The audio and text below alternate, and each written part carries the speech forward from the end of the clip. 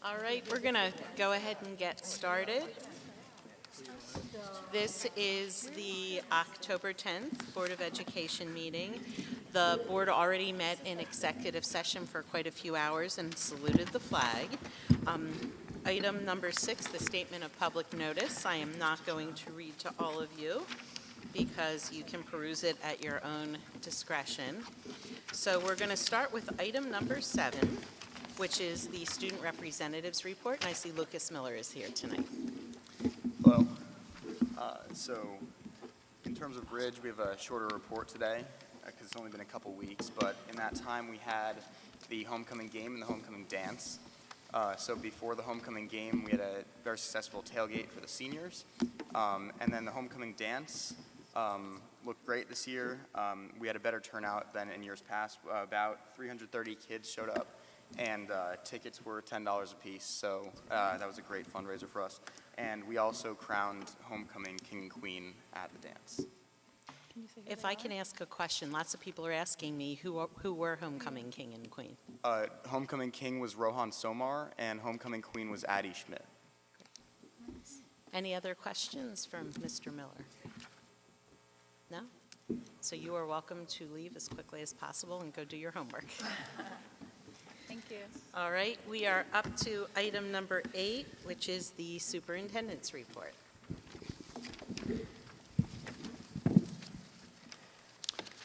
Okay, well, we have a few items here this evening.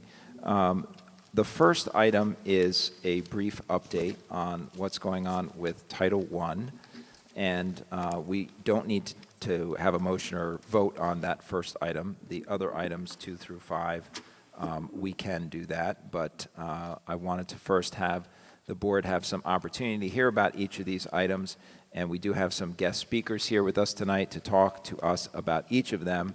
And first, we have Lisa Vitale.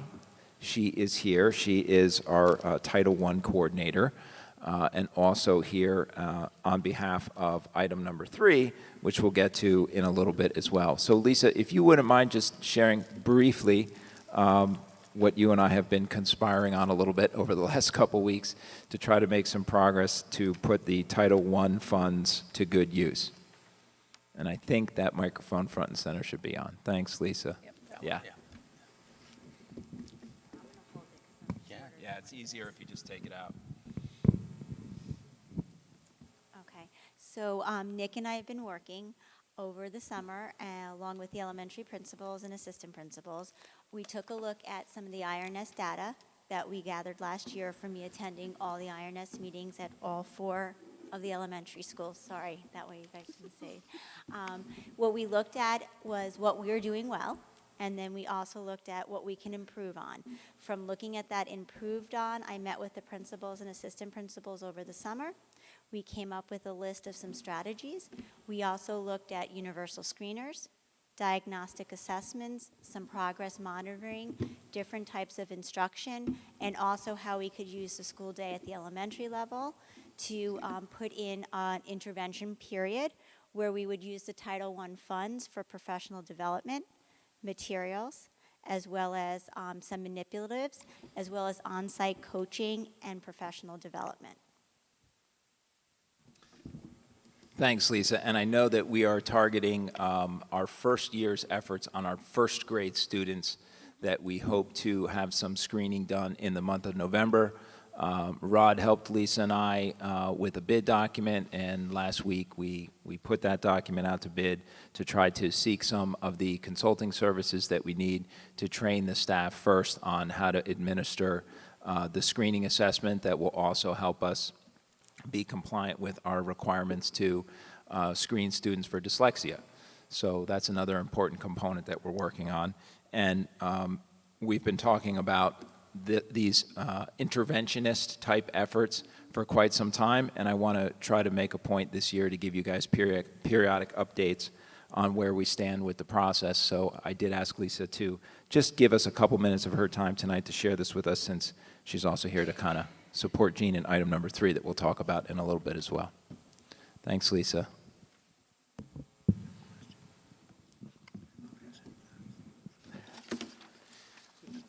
Okay. The second item is with respect to a research project, and I shared a little bit of summary information with the board about this, and I asked Kayla, is Kayla here? I hope. Hi, Kayla. Come on up, Kayla. I asked Kayla D'Ambrosia to come and briefly explain to the Board of Education a research project that she's doing and seek the board's approval, since it does involve doing quite a bit of surveying of our staff and parent community. So, Kayla, if you wouldn't mind sharing a little bit about what you have in mind, I'd appreciate it. Thank you. Sure. Hi, everyone. Can you hear me? Okay, yeah, okay. So for those of you who don't know me, I'm Kayla D'Ambrosio. I graduated Ridge in 2010. I went to Boston College, where I got a degree in applied psychology and neuroscience, and now I'm at Montclair State University getting my graduate degree in industrial organizational psychology. So I'll be conducting a thesis proposal, I guess, which I'm hoping to conduct through the district here. I guess the way that I want this to be structured will hopefully be pretty simple throughout this mini presentation that I'm giving you, but if anyone needs additional materials or is interested in additional information, please let me know. So prior to this current study, last year, Mr. Markarian was gracious enough to let me conduct some stakeholder interviews and do a mini survey with some of the teachers here to kind of get my feet wet. Through that process, I got the attention of some of the advisors in my school. Dr. Jen Bragger has been overseeing me in this process thus far, and it is approved by the Institutional Review Board, which is a national review board that will publish, potentially, this study to an academic journal. In addition, I will have a small team of students who will be working to analyze the data that I collect here. So to give you some very simple background, and please let me know if I need to explain anything further, we collected this initial data here. We saw some gaps in some interesting points in leadership and education. And in reviewing the published research currently, there's a lot of qualitative data in terms of anecdotes, but there's not very much information that's quantitative. There's not very many experiments. So what we want to do here is we want to compare leadership styles in education and determine how they impact organizational citizenship behavior, which I will explain further in a second, but we also want to create a model that kind of quantifies those leadership styles and their impact and how they activate meaningfulness of work. So to explain that a little more simply, transformational and servant leadership styles are the two that I'm interested in. Transformational leadership style is kind of encouraging others to encompass the values that you believe in by embodying them yourself and inspiring others, whereas servant leadership is you kind of serve your community and in turn they want to follow you and want to serve you. Both have been proven to be extremely effective in different contexts, but have never been studied in education as to which one promotes which behavior. So we want to conduct some surveys to determine what kind of leadership styles various principals have in the schools across the district. And we would do this through a survey administered to the teachers here. And then we would have a second survey administered to parents in the district, where we would hopefully say something like, describe, I mean, we have a scale that's set up for it, but it would kind of indicate their child's first period teacher, or if they're in elementary school, general teacher, the organizational citizenship behaviors that they demonstrate. And then we would be able to compare, and we would be able to see kind of how a principal's leadership style trickles down to the organizational citizenship behaviors demonstrated by teachers, which activates their meaningfulness and how they feel about their day-to-day job. Now, I guess the two concerns that I always get when I try and explain this study are confidentiality and, you know, kind of just the objective. Why are you doing this? What are we gonna see like a good and bad? And I guess the way that I always answer those is, first of all, it's an ethical breach for the IRB that I release any information or any identifying information to anyone inside or outside of the district. The only identifying question in the surveys, which have been validated, is what school do you work in? So hopefully that's broad enough for everyone. And then in terms of my objective is to better understand how leadership styles play within the space of education, but not necessarily to say that one's better than the other, because organizational citizenship behavior in itself is a 7-facet construct. So there's sportsmanship, there's altruism, and if we can better understand how transformational versus servant kind of impacts each of these different facets, then in the future we can create, I guess, a generation of better leaders in education and hopefully kind of take a step forward that way. But by no means is it like, ooh, Howlett is a servant leader and this person's a transformational leader. It's nothing like that. So the objective is purely academic. And with that, if anyone has any questions, please feel free. But that's the general guidelines. A question, I'm just curious how you're measuring the leadership, because they're not really totally mutually exclusive categories. So is it like a scale? Could you be in the middle, like sort of half and half? So Or- there's really no way to be in between. You can demonstrate facets of both servant and leadership, or servant and transformational, but you'll never be both. You would be one way or another. The way that the actual surveys, I guess, determine is it's a 23-item scale, and it asks questions like, and it's a 5-point Likert scale, so it's the degree to which you agree or disagree with the following statement. So it would be, you know, the principal in my school checks in with me on a regular basis about how I'm feeling. Or if I had a problem, I would feel comfortable going to my principal about that problem. And those, I guess, different scores will then determine your leadership style. And again, there's no good or bad, there's no high or low score. So. Okay. I had one question. You talked about the confidentiality, and you said that the only issue is that, I guess, teachers taking the survey have to identify which school they're from. Yes. So how does that play out in terms of the potential of getting published or sharing the research results internally, externally, or anywhere else? Okay, so the schools will be identified for the purposes of data analysis as school A, B, C, D, E, F. And when it's published, it will also be linked A, B, C, D, E, F. But for the purposes of an internal, when I say internal, I mean me and my 6-person team, we need to know obviously which teachers are coordinated with which principals. So it's kind of an easier way to say, you know, which principal are you going to be evaluating here? I don't want it to start to seem like, you know, negative in any way. So we just said, which school are you from? Because hopefully that's an easier way to identify.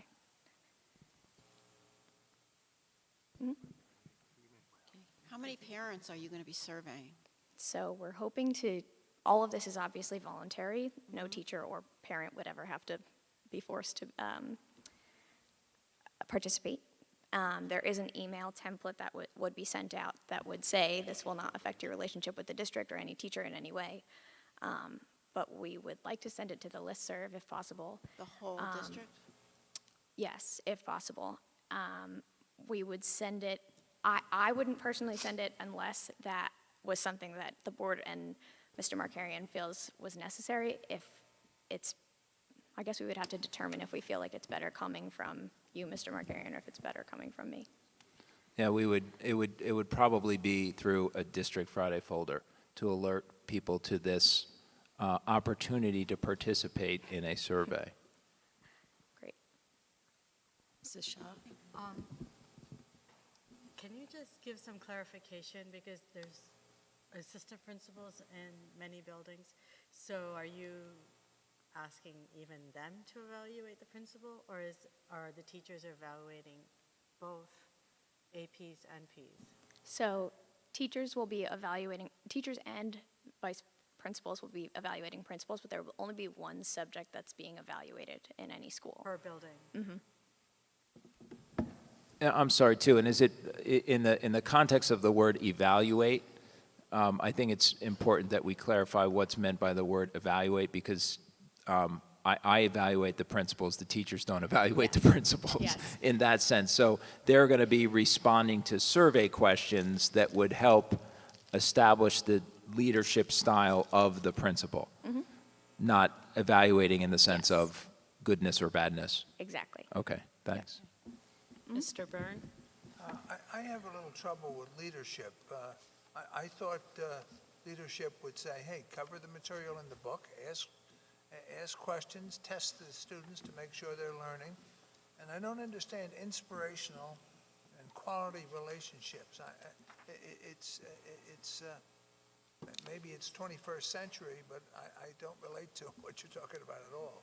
So I guess leadership is not necessarily the actions you take, but what we're going to be kind of identifying here is the way in which you take those actions. So if you want people within your organization to act a certain way or go the extra mile, organizational citizenship behavior specifically is behaviors that are not tied to a specific reward system, but promote organizational success.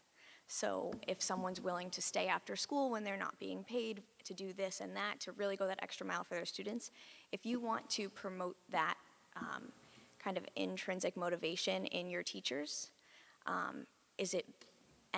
or I guess by your standards, to say, teach the students and do this and do that, is it better to do that in an educational setting in a way of you yourself do this and do that, and you kind of embody those characteristics and then inspire others to follow you? Or is it better to say, I'm going to stay here with you, and I'm going to stay the extra mile to work for you, and in turn, you're going to do an even better job as a teacher and go the extra mile for me in a way, kind of as a personal relationship.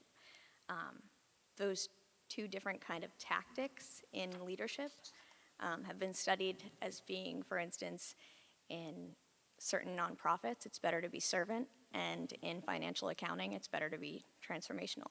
But it's never been studied in education. So, does that answer the question? No. Okay. Are there any other questions? Mr. Fry? What would be your goal as far as number of teachers to participate and parents? What percentage or what number would you hope for? So we did that mini, I guess, organizational capstone that I mentioned before, and we sent out one email, and within 2 days I had over 300 responses from teachers, which was astounding. I was shocked. I would love to get, for a valid survey, I would need at least 100 teachers. And in terms of parents, there's no real percentage or kind of mark. The survey, it says in the email, which I don't know if this will be a deterrent or maybe we'll allow them to participate, but it does say it'll take 10 to 20 minutes. So I'm sure that some parents will look at that and be like, if I had 10 to 20 minutes, the things that I would be doing. But we're hoping to at least get, 100 of each. So that would be great. Any other questions? All right. Do you have anything else to report, Mr. Markarian, or are we ready for a motion? Thank you. There is another item that we have a couple of guests here to speak about, and that is another research project. And just as an aside, as far as research projects go, we get many, many requests to get involved in research projects, and we try to kind of manage those so that we don't overwhelm the community, the staff, the kids, or anybody else with the number of research requests that come through the email system, if you will. So we try to support a couple of them a year. So we have the one that Kayla just described that we're going to ask the staff, obviously at their option, and the parents at their option, if they would consider providing some information to help further the higher education.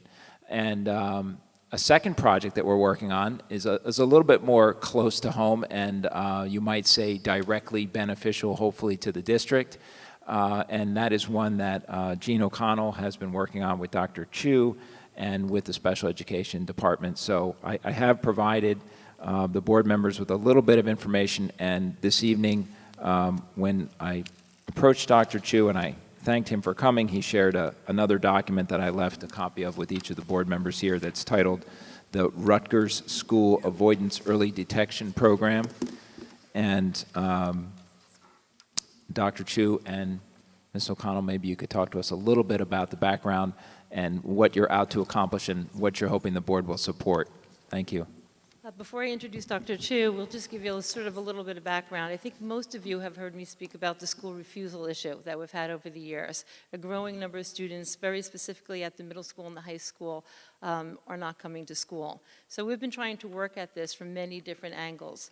But it got us thinking last year, everything that we do involves early intervention. So we kind of felt we're getting these students at the middle school and the high school level, and it's really very difficult at that point because what they're doing is really embedded. It's really difficult to get them back into school. They're staying home at great periods of time. So while some of our interventions have been working, we haven't been as successful as we would like to be.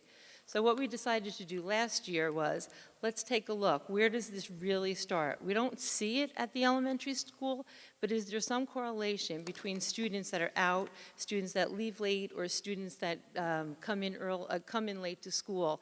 Is there a pattern that we could maybe pick up in that K-5 level so that we begin to work with students and parents, of course, so that we don't get to those levels at the middle school and high school? So we began a project last year. A lot of work, and Dr. Chu came on to help us, and we began to take the attendance of the students from K to 5. And during the course of the summer, what we decided to do for the district is we began to look at all of those students, and we broke them down into color categories. And then what we're going to do is we're going to take it a step further and look at certain types of interventions that we're going to hopefully give to these students and their parents at the K-5 level. And then what we want to do is follow those students as they go up to 6th grade and as they go up through middle school and high school to see if it makes a difference, if we're catching something, because really it seems to all of a sudden burst at middle school. So that's sort of what we're looking at. So we met Dr. Chu, and Dr. Chu is very interested, and he works with Rutgers University and has a clinic on his own. So he's really helped us last year in setting up the project and then came to us with this research project. So I'll let you take over. Thanks, Jean. Thank you for having me out here tonight. I just want to reinforce everything that Jean said, that I'm here today to talk about a specific research proposal, but it comes in the context of an ongoing collaboration that started about a year ago. I am a clinical psychologist by training, and I'm a professor over at Rutgers University in the psychology and the Graduate School of Applied and Professional Psychology. And I run a outpatient clinic there that trains the students and that specializes in providing coping skills to kids with anxiety and mood problems. And what the number one thing, one of the major kind of referrals that we get is that a lot of times our kids go unnoticed under the radar because they express their distress kind of internally. They don't really get noticed by teachers or by other people. And it's not until they start acting out that they start getting noticed. And the way that our kids act out is by not going to school. And so it's one of the chief things that brings kids into my clinic, and it's also the number one thing that gets me invitations to speak to schools and to parent groups and things like that, because it's the main concern that we see is increasing. And it's across different schools. It's not just an urban problem, it's not a suburban problem, it's not an SES problem, it's across different schools, and so we're seeing it increase, and it's certainly something that we get a lot of referrals for. The problem is, as Jean mentioned, is that by the time they get to us, by the time they get to an outpatient clinic setting, the kids already have missed quite a number of days of school. The typical school-avoiding kid that we see tends to have already missed about 15, 20, 25, 30 days of school, sometimes up to 100 or 20 days of school for that given school year. And by that time, we're really looking at intensive care. We're looking at really a lot of multi-systemic kind of work, and so it's much more difficult at that point. It made us think that we definitely need to do more early intervention. And the same thing I notice when I go out and speak to teacher groups, to counselor groups and things like that, is that I talk about the kind of interventions that we seem to know help in outpatient settings and intensive care settings.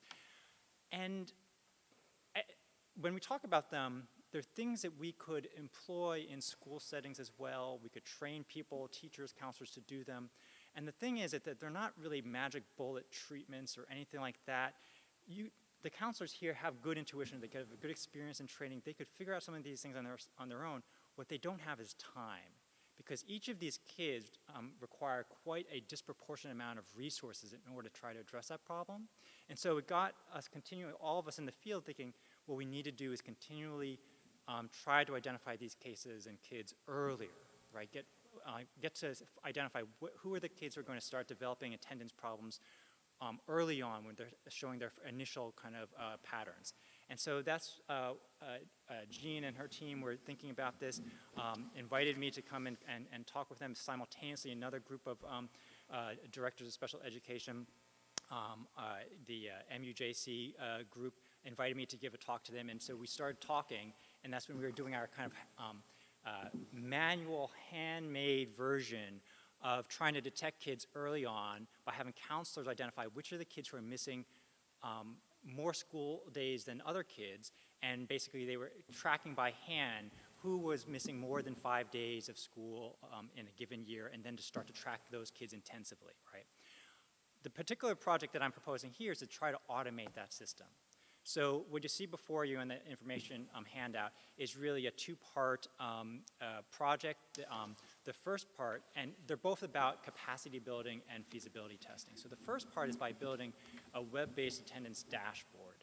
This dashboard would interact with your current student information system and extract attendance data and be able to analyze it and be able to give feedback back in a meaningful way, right? So the idea would be that it would be able to monitor attendance data on an ongoing real-time basis based on the evidence that we're building in the second part of the study. It would start to understand which are the kids that are more at risk or not based on the type of attendance rates that they have, social emotional functioning like distress, anxiety, mood concerns, other kinds of protective factors like whether or not they have good friends at school, whether they're engaged in their school, et cetera. And all these things we're hoping to use to predict which are the kids that we really have to be concerned about. And then to provide feedback to key stakeholders, whether that be counselors, teachers, parents, other administrators. And so this first stage will just be building that capacity to try to build a prototype that would be able to interact with your own student information system and be able to provide feedback that could be useful to people who care about the kids and their attendance. The key part about that is that you might ask, well, don't we have a student information system that does that? And the truth is you do. You have state mandated regulations that have teachers or whoever insert attendance rates every day. And what they do is they do that in, I believe you guys use eSchool here, and so they enter that data in, but the problem is that no one really uses it, or it's not fed back in a way that can be readily interpreted. And so what we know is that if you provide information back in clear, easy graphs or trends or alerts, that people can take action to that. So when we talk about setting up an early alert system, we believe that just informing people and letting people know that there's an early concern, people can intuitively intervene in relatively simple ways that don't require all the intensive treatments that are going to happen later on if you wait until it becomes a real problem. So simple parent engagement, engagement with the student, engaging them to be more involved in school. These things could have a powerful impact if you get them early on. And so that's the idea of this. And of course, this is the first stage to kind of build that kind of infrastructure to be able to work with that. The second part is to build the kind of evidence base behind our models and predictors. And so what we're hoping to do is that we will, at first, while this dashboard is being created, work with your current database and be able to track, identify those kids who are starting to evidence early signs of attendance problems. We'll be monitoring every 2 weeks and see if any child misses 2 or more days within a 2-week span. And then at that point, it will trigger a signal for us, and we'll reach out to those families and invite them to participate in a more comprehensive assessment. That part will be strictly voluntary. We can do it in a number of different ways.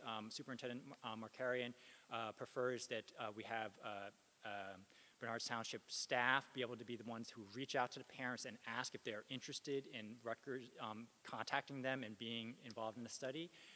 And even after that phase of giving us permission to contact them, the parents have the parents and families have complete voluntary control over whether they participate in our study or not. We simply will contact them, give them information, and invite them to participate in a brief 2-year longitudinal study where we will meet with them 4 times over those 2 years and ask them questions about distress levels, anxiety, mood, other kinds of coping strategies, their social relations and how they relate with peers, and how they might be perceive their school environment and how engaged they are. And so they will build the model that we can then help develop that, that kind of early alert system based on actual evidence. So the particular proposal in front of you is really proposing the first step in this, which is a 2-year pilot study, which is going to be just building capacity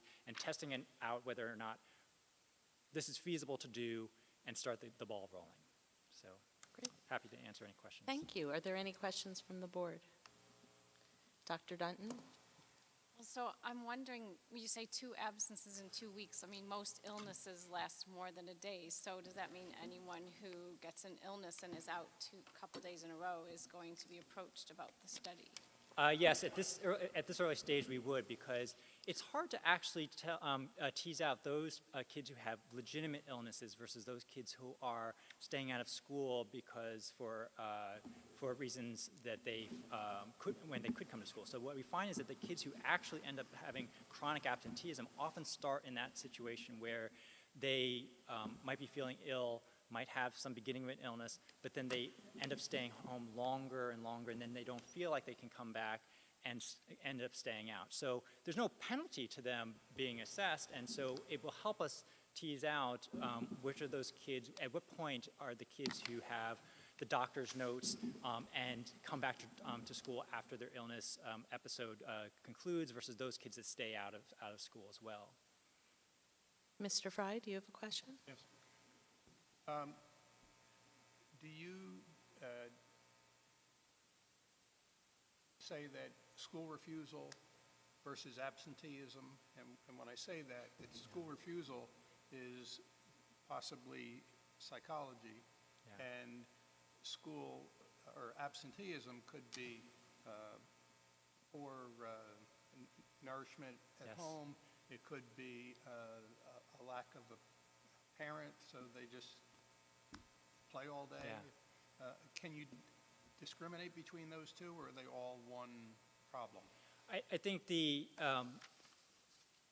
field has moved from referring to school refusal to either school avoidance or absenteeism because for the complexities that you just mentioned right there, and that it's oftentimes that they do tend to group in different groupings, meaning that there are kids who have who miss school because of more anxiety and mood-related issues. There are kids who miss school because of truancy issues, and then there are kids who miss them for both of those reasons, and then there are kids who have pragmatic barriers or have lack of resources, all those things. And so what it's important to do is not make too many a priori judgments ahead of time and say, we only want to see these kids, because you'll miss a lot of the kids that kind of cross over all those different categories. It happens to be that my direction of interest from this had been because the kids that I end up seeing are those kids that tend to avoid school because of distress. And so we see a lot of those kids, and it's a larger amount than you would suspect because they're not the ones necessarily getting into trouble outside of school or in school. So it is a personal interest for me, but I recognize that we'll catch a lot of kids for various reasons. Any other questions, Mrs. Shaw? I'm not convinced. So first of all, there's many reasons that people have school refusal. And this is something that's it's everywhere. So unless we really have a reason, I'm not really thrilled with you accessing all the parents and families. So I have serious issues with that. Also because they're already dealing with the student that isn't attending school. They don't need to have a university study team already addressing them on top of it. So that's a big time issue because that's what you're asking to do, is what you're asking to do that. Yeah. In addition to that, who is going to be doing it? You and grad students? Correct. So we're going to have a slew of grad students who could be interacting with families and students. Is what you're also asking to do. Correct. Yeah. And you're asking to do this at younger ages, in elementary age level, not Actually, even middle school and high school. Well, the age group that we chose for this particular project is the 5th through 9th grade, because we found that really it's that while early detection is really important, the transition periods from elementary to middle and middle to high school is really where we start to see these cases emerge in terms of what distinguishes fleeting absences versus those that might turn into more long-standing. So you're saying episodes. 5th grade is the youngest level you want to deal with? Correct. This year, just so you know, we did, the guidance people and myself did a study this year. We didn't do a study this year. What we did this year was we collected all the information on absentee rates from students in K-5 and we categorized them. And then we had the guidance people in the schools call home to find out why a student was out, if there was anything going on. And then we categorized each one of those students sort of with a color code. And what we're hoping to do at that earlier level, before they get to 5th grade, is maybe give information to parents about what could possibly happen by keeping your child out of school. There are a lot of parents that said to us, well, we didn't think it was such a big thing. And it might not be a big thing in 2nd or 3rd grade, but when you get to 4th grade, I mean, when you get to middle school and high school, absentee counts, and students have to be at school. So what we were trying to do at the younger level, we already started this, was working with them just to give them information to let them know that it's important for students to be in school. And there were a variety. We were really surprised at some of the reasons why students were kept out of school. It wasn't sickness. There was a whole lot of other things. And I think a lot of the parents are not aware that they really need to keep up with the attendance of it. I know, can I just ask some more questions here? It says here, the next step is the age range of 5 to 9 years old. I'm sorry, that's a typo. Is it grade? Just grades 5 to Oh, grades 5 to 9, thank you. And great, I'm glad I didn't mess that up. That would have been a major typo. I'm not, Yeah, but what I would also say is in response to your other concern about just the interaction and feeling burdened, first, any kind of participation in any part of the assessment portion is totally up to any given family. And what I've experienced when we've done similar studies like this in the past, I've done a number of other intervention studies where we have gone to schools and screened for anxiety or mood symptoms, and then invited families to both do assessments and then also to do coping skills groups. And what we find is, I agree with Jean that earlier on, and that attendance may be, we might find a lot of parents who aren't aware, but a lot of the parents that we end up contacting via screening of any sort aren't surprised. Like you're saying, they aren't surprised that their kid is struggling. And while we might have been nervous to approach them and say, oh, we hate to identify your child, and of course we're very mindful of stigma or identifying kids, the parents have tended for the most part to be, this is no surprise to us, we noticed it too, and they were seeking some sort of resources or help. And so not all parents, obviously, and so some parents decline, and that we would expect, but a number of parents would say, oh, okay, yeah, what do we do about this? And so, even just meeting with a team where they get to discuss their concerns and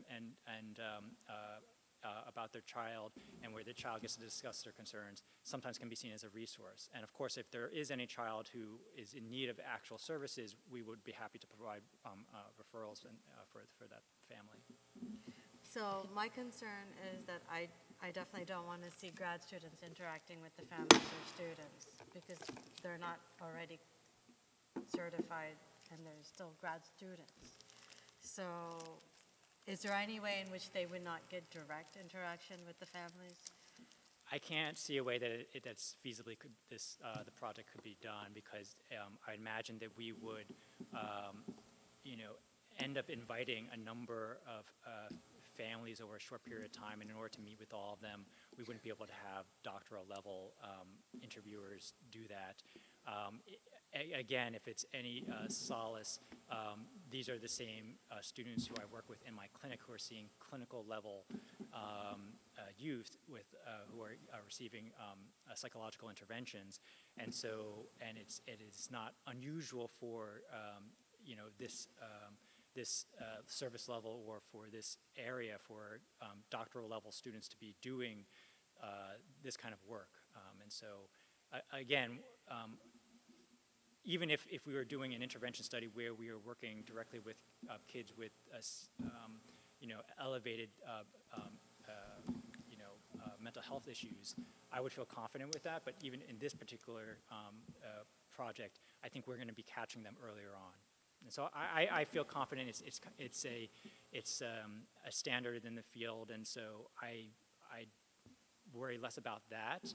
I also, as a side note, I think that what I have found over the years of doing this is that it sometimes helps to have younger professionals interacting with the kids because the kids tend to relate to them better. But I think that doesn't go to your concern about just level of experience and professionalism. But again, this is somewhat standard in the field.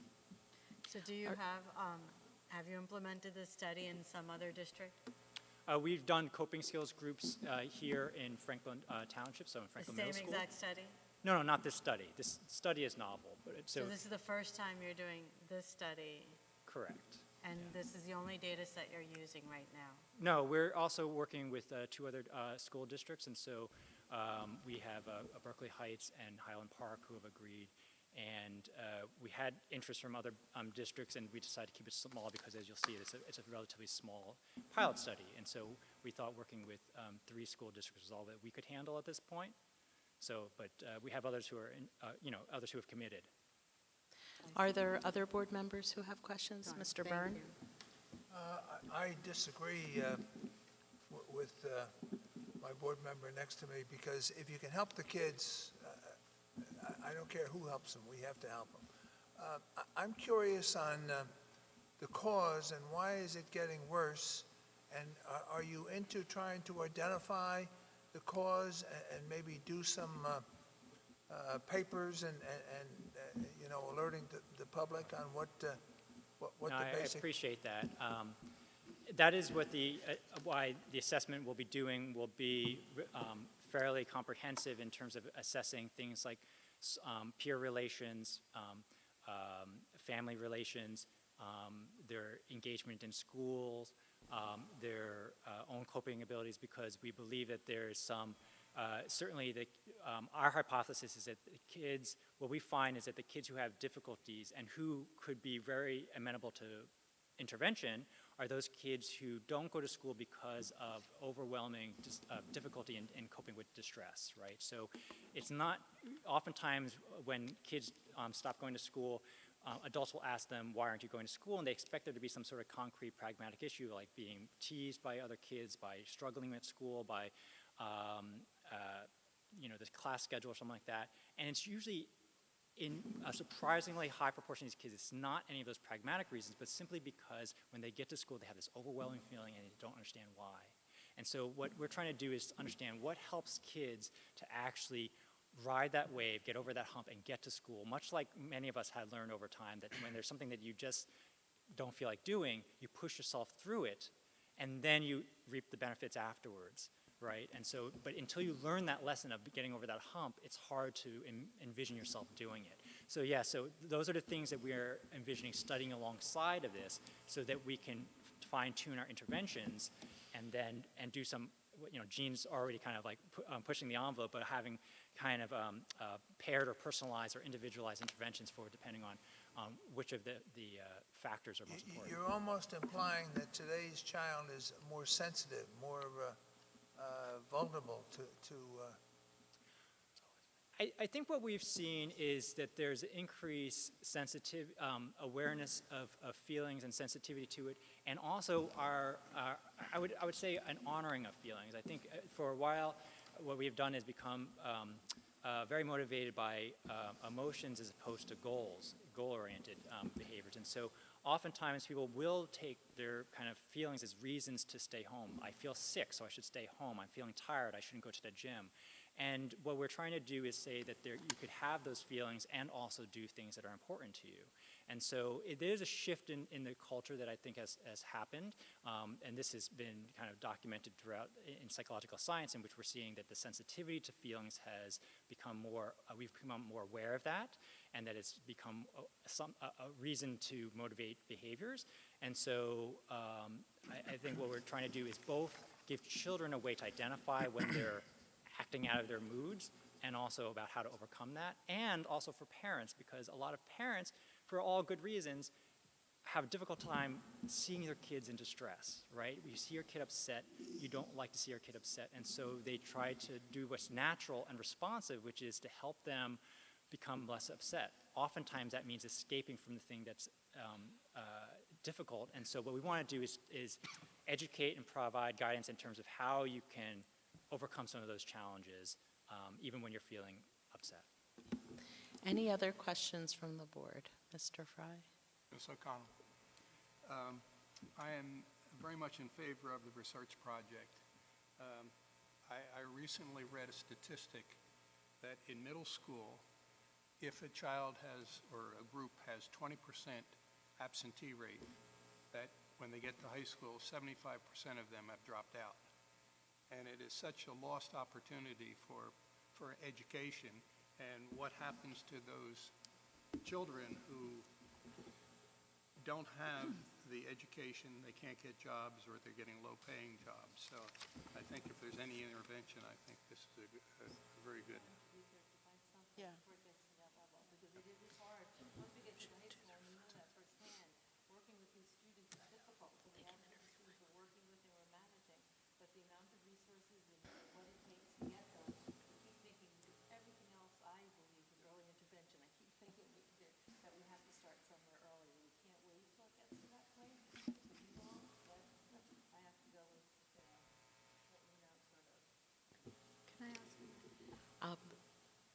One more? One more. I'm really, if you can, the privacy of the student is my biggest concern. Sure. Just allay those fears for me right now, because that's what I need to know. Absolutely. I think that there is a couple ways in which we do that. First, we're happy with having the district be the first contact with the families, and so that the families wouldn't be contacted by us unless unless we're given permission to even do that. And that's fine. I think that helps a lot of that. The other part about what we do is when we collect information, we don't collect identifying information, and so the questionnaires that we have, they're all coded with some other number that's not connected with actual identifying information. And so even if someone were to gain access to any of our data sets or any of our questionnaires or anything like that, it would be a disembodied set of questionnaires. They wouldn't be able to tell who it belonged to. The only link that we would need is that indeed if we're going to be using this as an early alert system, that the transfer between your student information system and our web-based system would have to have some linking so that we'd be able to feed back and say, by the way, this child is someone who we're concerned about.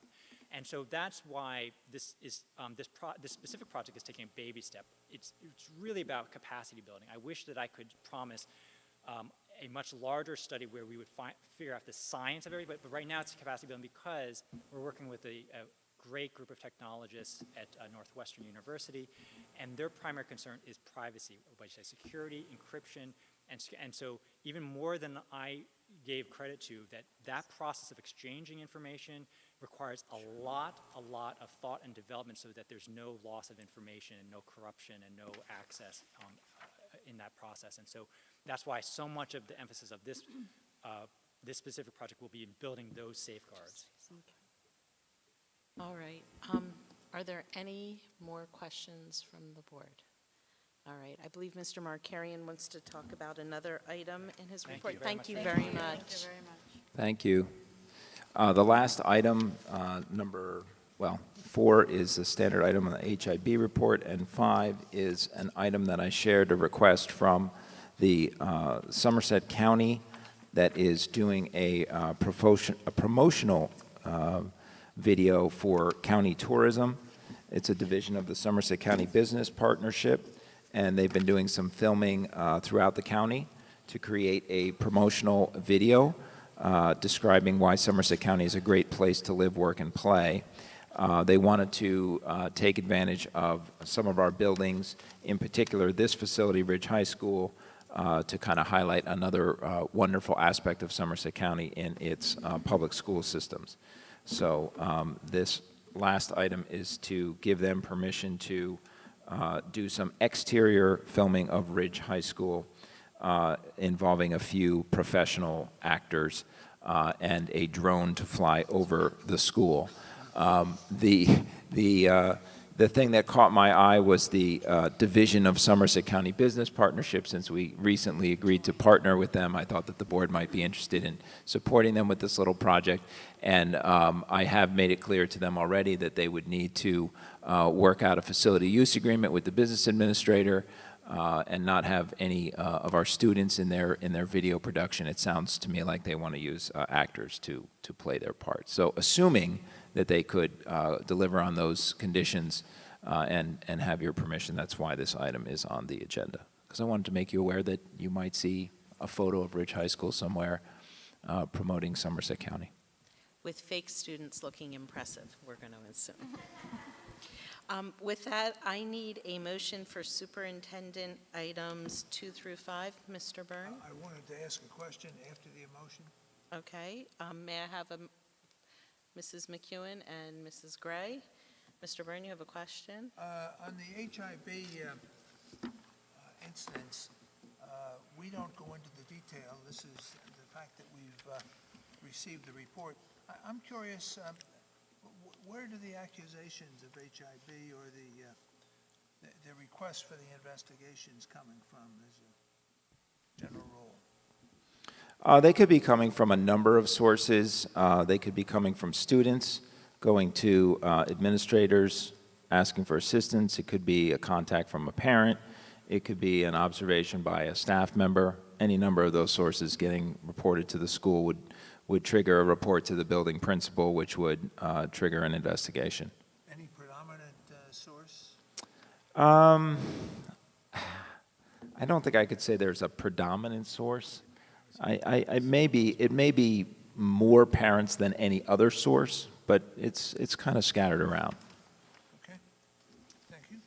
All right, Mr. McLaughlin? Mr. Byrne, Yes. Mrs. Gray, Yes. Dr. Dunton, Yes. Mr. Fry, Yes. Mrs. Richmond, Yes. Mrs. Wooldridge, Yes. Mrs. McCune, Yes. Mrs. Swerner, Yes. Madam President. Okay. You can talk. Okay, thanks. Since I'm not Madam President, I wanted some acknowledgement. I just wanted to thank those folks that came out tonight. Dr. Chu, Jean and Lisa, thanks for coming out tonight. Kayla D'Ambrosia, thank you for coming tonight. We certainly appreciate your willingness to undertake your projects and to hopefully have some mutually beneficial results for the district as well. So thank you for coming tonight to explain your projects. We appreciate that. Thank you very much. All right, thank you. And with that, we're up to item number 9, public comment on agenda items. This is time for anyone to come up and address the board with issues that are on tonight's agenda. I want to remind you to please come in, sign the sign-in sheet, which should be over there by the microphone. State your name and address, and we ask you to try to limit your comments to 5 minutes in length. Do we have any public comment on agenda items?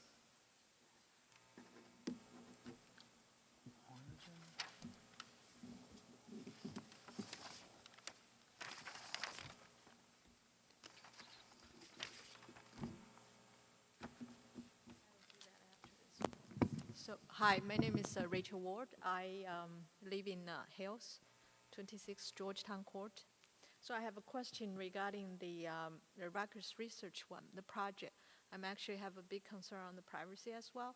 So my question is there a way parents can completely opt out this research?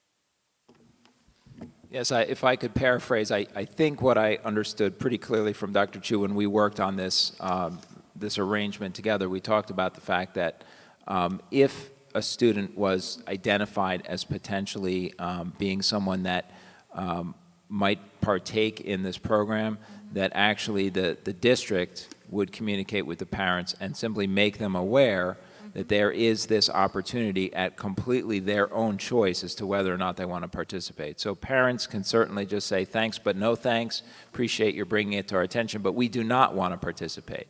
And as I heard Dr. Chu explain, if parents did in fact want to participate, they would also be completely acting on a voluntary basis, and if they wanted to opt out, they certainly could at any time. In addition, the student's identity would remain completely confidential. So it's totally up to the parents as to whether or not they would want to participate. Right, so actually my question is even further. So can I opt in my kids completely not be monitored by that data set? Well, we always monitor the student's attendance as is. Right. That's a standard operating procedure. Yes. But I just don't want to expose to the study. I mean, like a research, we always get the research permission, like, do you want to participate this one, right? So this is volunteering like type of research. Do parents get the option? I said, I don't want, I will report my kids' attendance. I mean, it's system collect anyway. But I just don't want my kids' record going into any of those research paper. Do I have that option? I mean, I understand. Did you sign in? I will. Okay, thank you. I have one more question. It's actually a follow-up question from previous one. I think that my friend asked about the school grading system. So I think That isn't an agenda item, but if Okay. you save that question, there's another point later in our agenda Okay, where you okay. can comment on anything. Okay, very good. Thank you. And just as a reminder, this is time for public to comment, and it's not an exchange, and then we'll address all the questions when we're done. Are there any other public comments on agenda items? All right, so we're going to close public comment on agenda items, and we're up to item number 10, the approval of the minutes. May I have a motion? Mrs. Gray, second. Mrs. Wooldridge. Mr. McLaughlin? Mr. Byrne, Yes? Mrs. Gray, Yes. Dr. Dunton, Yes. Mr. Fry, Yes. Mrs. Richmond, Yes. Mrs. Shaw, Yes. Mrs. Wooldridge, Yes. Mrs. McCune, Yes. Mrs. Swerner, Yes. Madam President. We are now up to committee reports, starting with finance. May I have a motion for the finance items? I believe it's 1 through 3. Mrs. Wooldridge, do I have a second? Mr. Fry? Mrs. Wooldridge, do you want to make any comments before we vote? Well, I think that these are fairly self-explanatory, and finance is meeting this Thursday, so I don't have a committee report. Okay. Any questions? Just out of Mrs. Richmond? curiosity, why is the cost for the same conference different for every person? How far they have to drive, Oh, the mileage reimbursement. got it, sorry, okay, thank you. All right, any other questions? Okay, Mr. McLaughlin? Mrs. McCune, Yes. Mrs. Wooldridge, Yes. Mrs. Shaw, Yes. Mrs. Richmond, Yes, Mr. Fry, Yes. Dr. Dunton, Yes. Mrs. Gray, Yes. Mr. Byrne, Yes. Mrs. Swerner, Yes. Madam President. All right, now we're going to do some reports on progress. Personnel, is there anything to report? We haven't met since I did the last report. Okay. Policy, Mr. Fry. Yes, we did not have a meeting since the last board meeting. Okay. Curriculum, Mrs. Gray. Curriculum will be meeting this Friday, and I'm not promising minutes by Monday. All right, advocacy, Mrs. Richmond. I will report out at the next board meeting. The minutes just went out this afternoon, and the board members didn't have a chance to review them, so I wanted to give everybody a chance before I report out. Sounds reasonable. All right, liaison reports. I believe Mrs. Wooldridge has 2 of them. Yes. The first one is on the Burns Township Municipal Alliance, which met on October 4th. And we talked about some of the activities that have happened so far and then some future activities. So the RAD students volunteered at the Teen Volunteer Fair on September 28th and Ridge Back to School Night. both of them. They also participated in Knockout Opiates Day on October 6th, along with members of Community in Crisis, and I understand Congressman Lance came as well. Caitlin Kordusky and Lucy Forgione, who's the health officer, have been working with Mr. Teresi at William Annan on Empowerment Day for 8th graders, which will be held on October 21st. On that day, the RAD students will do presentations on natural highs, addiction, and introduction to high school, and there will also be a speaker, Kevin Wanzer. A Ridge booth on smoking and vaping is planned for November 3rd, and the American Drug and Alcohol Survey is now planned for December for grades 6, 8, 10, and 12. So that was the Municipal Alliance report. And then the Somerset County Educational Services Commission had its October board meeting on October 5th. The board approved the new contract with the Bus Drivers Union, the CWA, which was previously ratified by the CWA. The contract covers the period from July 1st, 2015 to June 30th, 2019. Mr. Dunsavage, the superintendent, said that due to the bus driver shortage, more drivers are qualifying for health benefits, which increases the cost of the routes. And then regarding his educational programs, he said the opening of school went very well. The commission conducted a needs assessment last year with its member school districts, and based on the results, the counseling program has been enhanced, and a sensory room for students in grades K through 8 has been added. So does anybody have any questions? That's it. Thank you. Are there any other liaison reports? Okay, so now we are up to public comment on anything regarding our schools. Once again, I'll remind you, please sign in, state your name and address, try to limit your comments to 5 minutes, but you can address us on anything.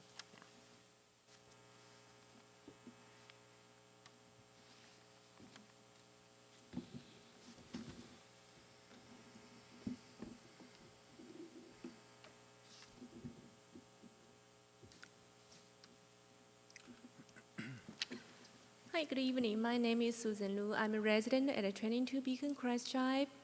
And just it's a follow-up question from previous BOE meeting.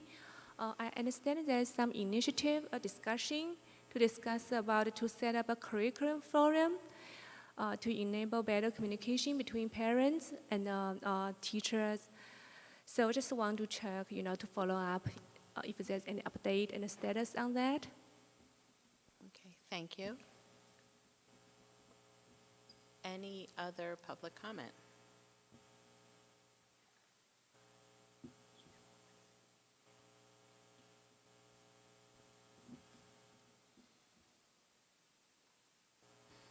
Hi, this is Rachel again.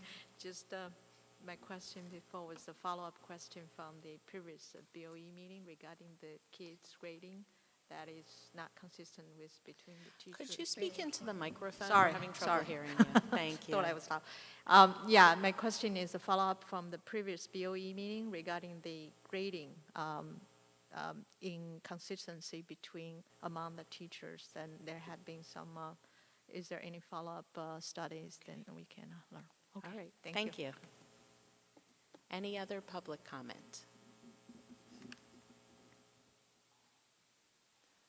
All right, I don't think I see anyone else, so we will close that. I'm going to let Mr. Markarian address the comments. Okay, I think they were related to the same thing that's come up a couple times at prior board meetings, and something that I've scheduled to talk to the board about probably at the second board meeting in November. And it's related to the text that the staff is reading called Grading from the Inside Out, which is a text on standards-based assessment. And what we're doing is we're holding staff college classes, if you will, essentially a book talk with the staff to kind of get their impressions of the text that we're all reading together. And we have a couple of classes that are running, and what we wanted to do was to start to get some impressions from the staff about how that class is going. And in fact, we want to survey the participants of the class sections as they finish those classes, and then start to bring some of that feedback back to the board and talk about that. And I know that we'll have that finished by the end of November with at least the first few classes that we're running Actually, Sean and I are doing a class together on Thursday mornings at 6:30 with staff at William Manning. And you'd be amazed at how vibrant the discussion is even at 6:30 in the morning. So it's been a lot of fun to talk to the staff about the book that we're reading, and our third class with them is, I think, this Thursday, or no, Next two Thursday, Thursdays, next not this Thursday. Right. Thursday, the following Thursday. So we'll have our first round done, and I know some of the other admins will have their first classes done at about the same time. So we should start to get some feedback from the staff as they finish those classes in the next couple of weeks. And then I can share that out with the board and the public as we talk about some of the board members' impressions of the text as well, since I know that they've probably read it 2 or 3 times by now. So I think that was related to both of those questions from the public regarding kind of talking out a little bit about that text. Thanks. All right, so we're now up to board forum, and we do have one item on the agenda. Once again, I'm going to defer to Mr. Markarian.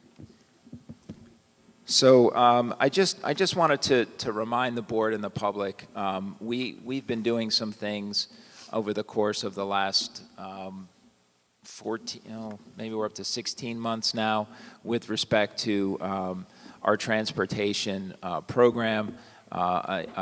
I thanked Rod a couple times on the last couple board meetings, kind of reporting out and giving status reports of how our bus consolidation project worked out. And I just wanted to remind folks that we still are looking at concerns with respect to transportation for next year. And I think you heard Linda report out a little bit about her experience with the Ed Services Commission, and my experience with the Ed Services Commission, that is our transportation administrator and either provides or contracts for all of our busing, is pretty tightly related to the superintendent of the Ed Services Commission, and communicating with him and his business administrator in meetings with Rod pretty regularly about the future prospects of the transportation program. And if you recall, in the fall of 2015, we took a look at different scenarios that could help us alleviate some of the financial pressure and now what's turning into pressure in staffing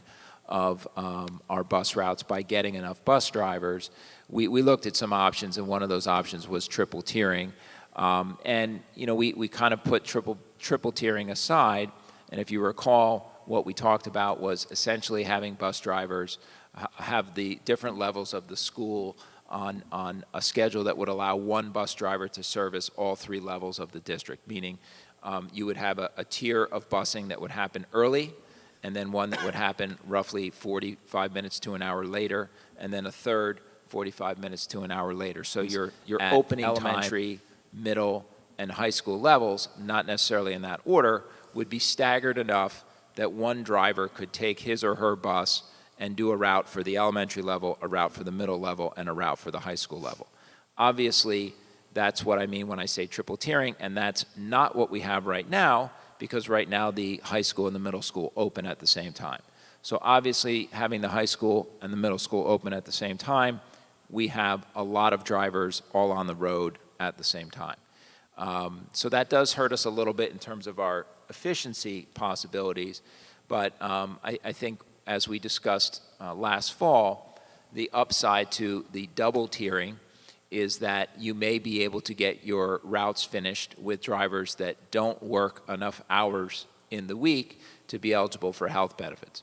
And what we're seeing now is a trend where the driver shortage is so significant that the drivers that are doing our double tier routes are also having to do a lot of after-school charter routes, or possibly charter routes during the day as well. And so the aggregate hours of this condensed pool of employees may in fact trigger some of them to get health benefits at a time when they haven't traditionally gotten health benefits. And that becomes related to the shortage of bus drivers in the workforce right now.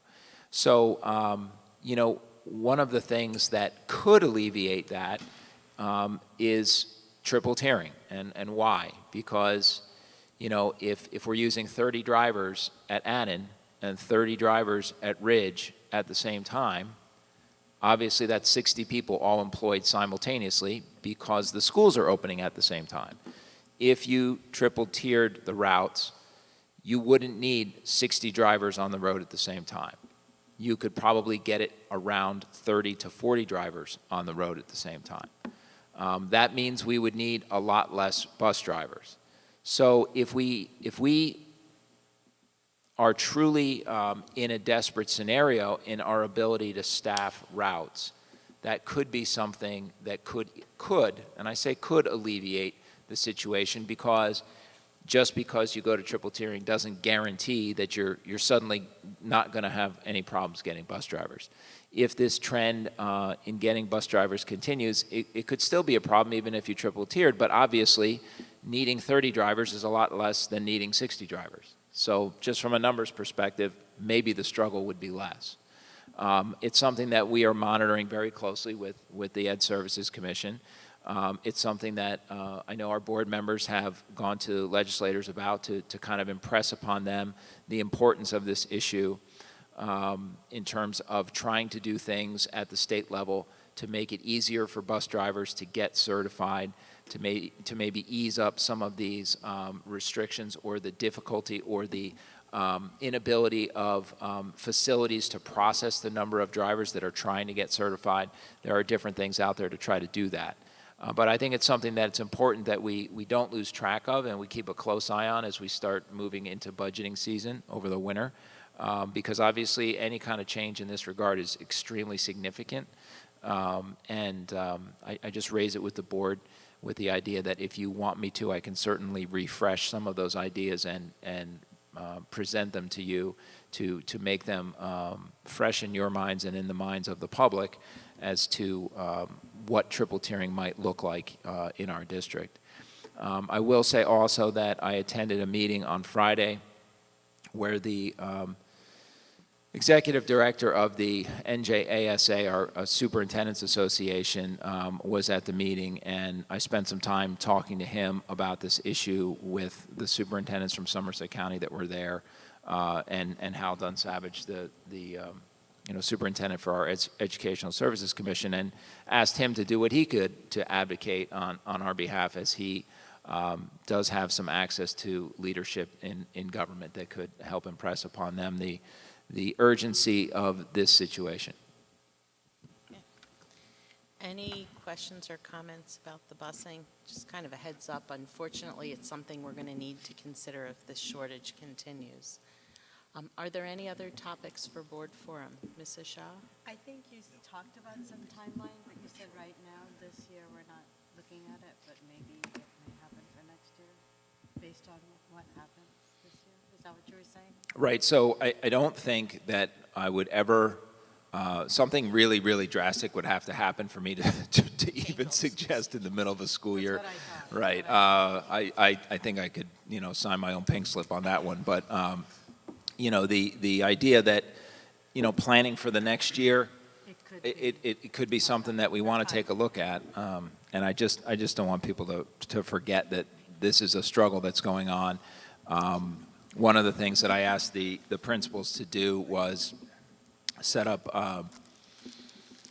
Remind 101 accounts, if you will, which are basically not automated, but text messaging systems to try to get some ability to give people a heads up on a emergency quick notice basis if we get last minute notice that a certain route isn't covered because we can't get substitute bus drivers.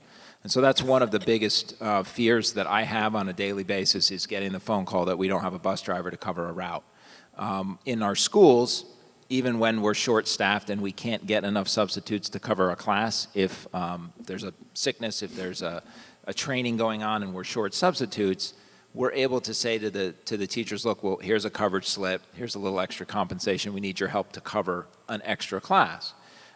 You can't ask a bus driver to drive two buses at the same time. They don't have an off period to go in and cover the other route. If I don't teach period 3, I can go cover someone's period 3 class.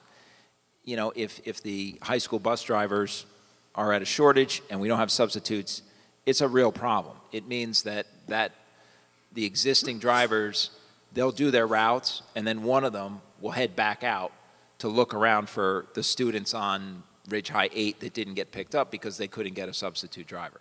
So I worry about that on a daily basis, and I just hope that, we're working with the Ed Services Commission to try to be creative and try to help them get more drivers in their pool. But it's a real problem across the state. It's not just us. I've talked to a lot of superintendents about it, and they're all struggling in getting enough drivers. So, Mr. Byrne? I thought that the state law became more difficult for a driver, and I thought they were going to review that and hopefully get back to the, excuse me, to the, I'm going to need water. Hopefully, I'll be on the debates. Hopefully that they would make the test easier and get the drivers back, because I think they eliminated a lot of drivers. Anything from... We were told from Representative Lance's office they're looking into the issue. We know that our legislative advocate at New Jersey School Boards is also looking into the issue. But, we also have the understanding government moves slowly, so we're not holding our breath. So if anyone out there is interested in getting a commercial driver's license, I suspect there are some openings at Somerset County Ed Services. Are there any other topics for board forum tonight? No? So this is the point in the meeting where normally I would call for adjournment, but unfortunately the board needs to go back into executive session to discuss some additional confidential matters. So at this point, can I have a motion for the board to go into executive session? Mrs. Gray, second. Mrs. Wooldridge. We will not be coming back out to public meeting. This ends our public meeting tonight. Thank you.